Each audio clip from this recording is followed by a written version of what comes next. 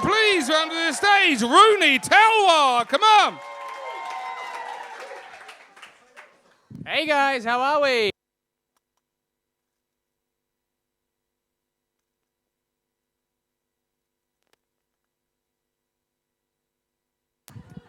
Hey guys, how are we? Yeah, great. It's great to be here. I am not drunk, I promise. I am Australian though. Cool, fair enough. After that last Australian guy, don't want to expect any cheers, any whoops, that's fine. That's totally okay. It's tough living in Australia if you look like me. I don't know if you guys can tell on this lighting, I am Indian. Cool, one person very loud who's like, yeah. Very disappointedly as well. You're like, yeah, we know. Like, so sorry. It is tough. It's tough living in Australia like this because, I don't know if you guys know this, Australians have a reputation for being a little bit casually racist. Yeah, very casually. I mean, again, if you don't know this, just think back like 15 minutes. I really didn't want to, I didn't want to shit on other comedians, but I honestly would rather do that and like not get gonged off. You know what I mean? That's where I'm at right now in my life. It is tough. It's tough when you look, because Australians are casually racist, right? And that's tough because Indian people have a reputation for being brown. And it's not something we can change. Apparently it's not something they can change either. So it's tough. It was tougher for me, though, because I actually grew up in New Zealand, which, if you don't know, is very much the Welsh of the Southern Hemisphere. But, like, good at rugby, you know what I mean? Do we really have Welsh rugby union fans in this room? It's okay. You don't have to listen to me much longer. It is weird. So the reason it's tough is because basically when you're in Australia, you get all of like the curry jokes for Indian people that you guys are very familiar with. But then you get all like the sheep fucking jokes as well. So basically anytime someone tells a racist joke, there's like a 40% chance it applies to me. Which is like mathematically bad, you know? And it really started to affect my life. Like between all like the sheep jokes and the curry jokes, I could never eat a lamb vindaloo. Like... And, like, the racism is bad, but in many ways, that's the bigger tragedy. Like, that is the best Vindaloo. Like, I was more upset about that.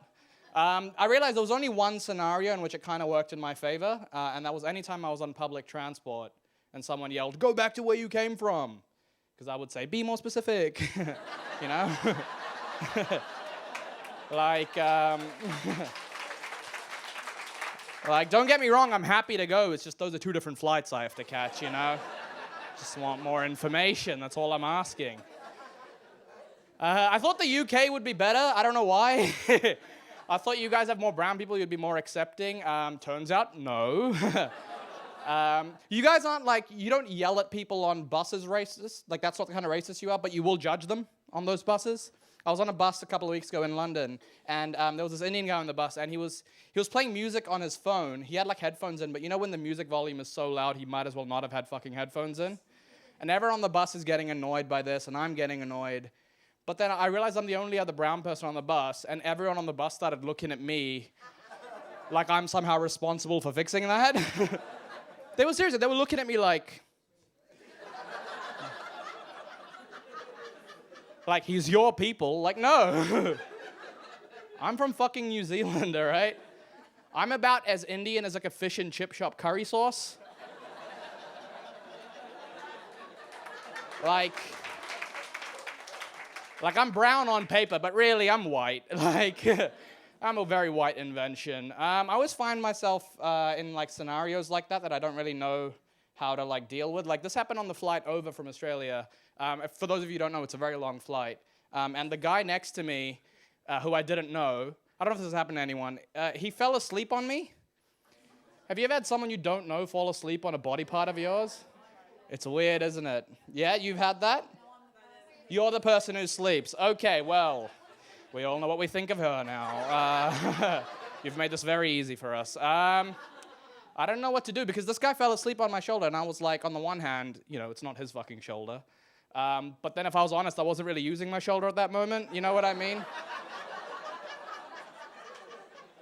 And I was conflicted. I was like, do I do the nice thing? Do I let the guy sleep? He looks like he's having a nice dream.